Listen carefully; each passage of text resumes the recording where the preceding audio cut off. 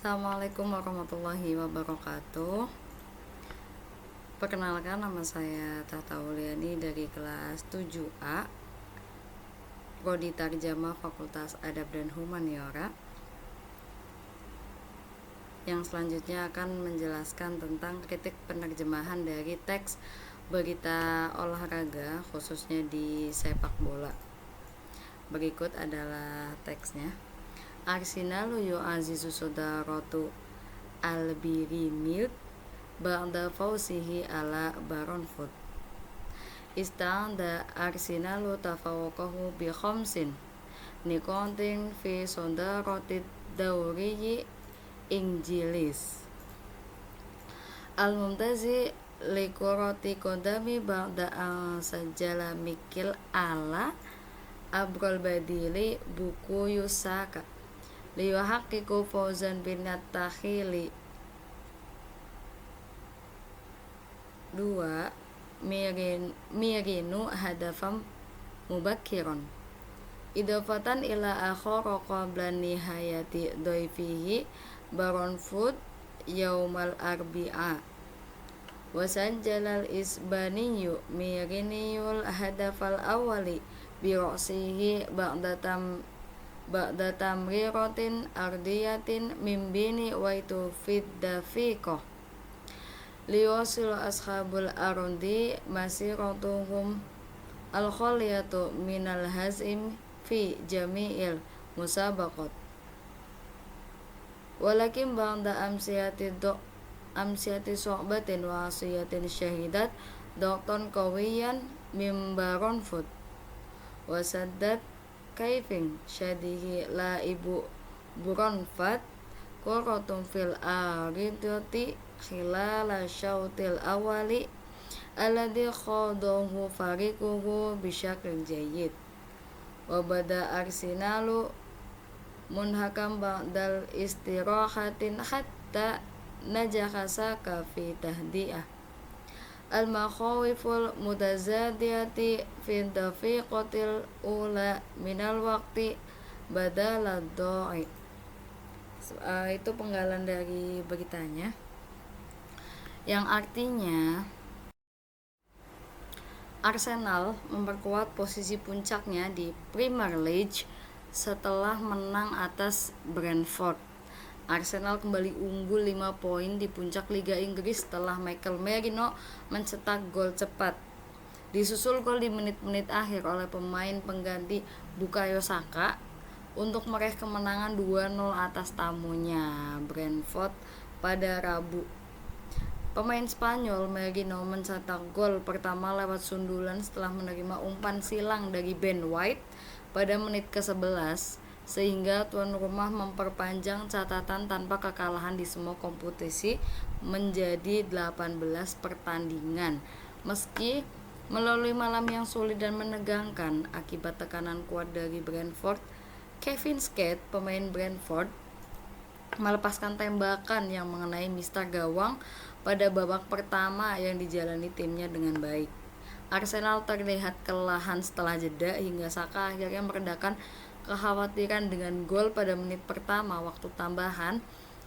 Hari itu tidak berjalan mulus bagi tim Mikel Arteta karena beberapa pemain mengalami cedera, namun hal itu tak terlalu diperdulikan karena poin mereka naik menjadi 33 dari 14 pertandingan, sementara Manchester City memiliki 28 poin.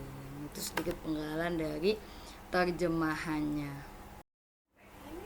Selanjutnya ada teknik penerjemahan. Di sini ada beberapa teknik yang saya analisis di teks ini ya. Salah satunya adalah teknik literal atau biasa kita sebut dengan terjemahan harfiah, yang contoh Arabnya itu fauzan binati jatin salasa sifrin. Nah, terjemahannya itu kan kemenangan dengan skor 0-2 gitu. Yang kedua itu ada teknik modulation atau teknik modulasi. Al-umru daiman ghairu murihan, yang artinya situasi selalu tidak nyaman gitu. Jadi dia sebagai modulasinya. Selanjutnya ada transposition. Lihak Kiko Fauzan, yang artinya dalam bahasa Indonesianya itu untuk meraih kemenangan.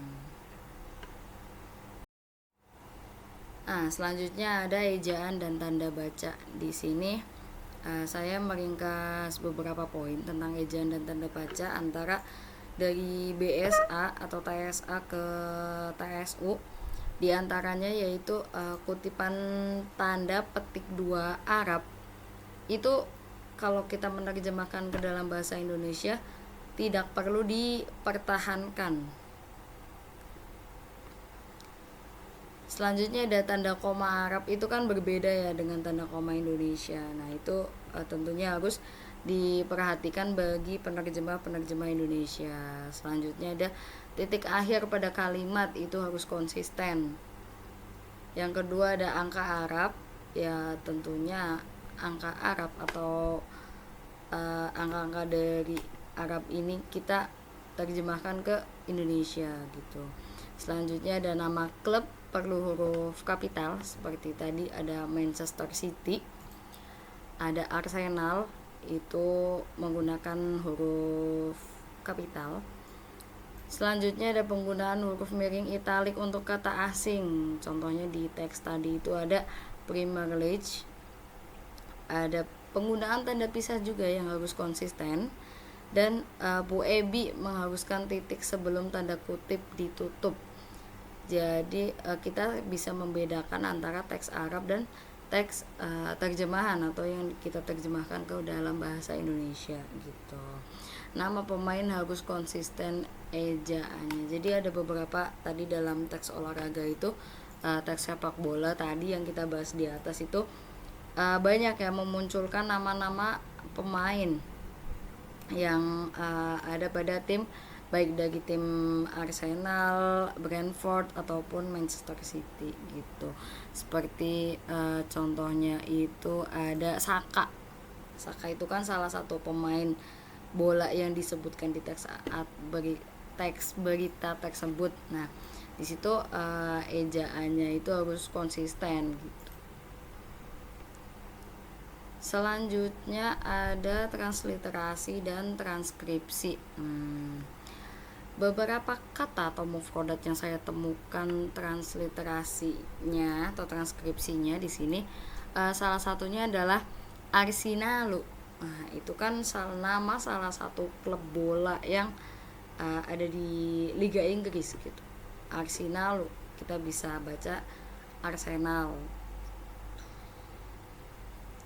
Sama ada David Raya. Nah, itu kan salah satu nama pemainnya, David Raya. Nah, selanjutnya ada register atau laras bahasa yang beberapa saya temukan di teks tersebut. Yang pertama tentunya register Arab itu jurnalistiknya formal. Terus ada register Indo, antara populer sampai informasi yang disampaikan. Terus ada konsisten kedua bahasa dalam gaya penyampaiannya karena ini teks berita ya. Terus di sini tuh tidak ada teks bahasa gaul gitu. Selanjutnya ada banyak istilah sepak bola nih. Nah, di teks ini tuh banyak sekali kosakata sepak bola yang baru saya temui juga, yang agak sulit untuk diucapkan gitu. Selanjutnya register yang saya temui adalah kalimat informatif bukan persuasif.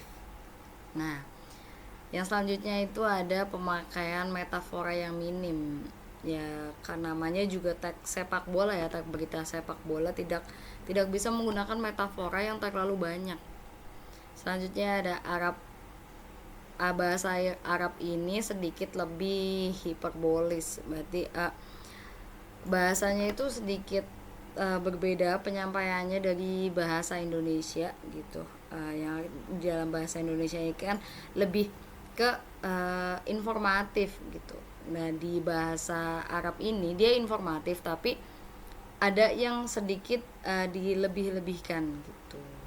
Nah, yang terakhir ada kalau bahasa Indonesia itu menyesuaikan dengan pembaca yang umum.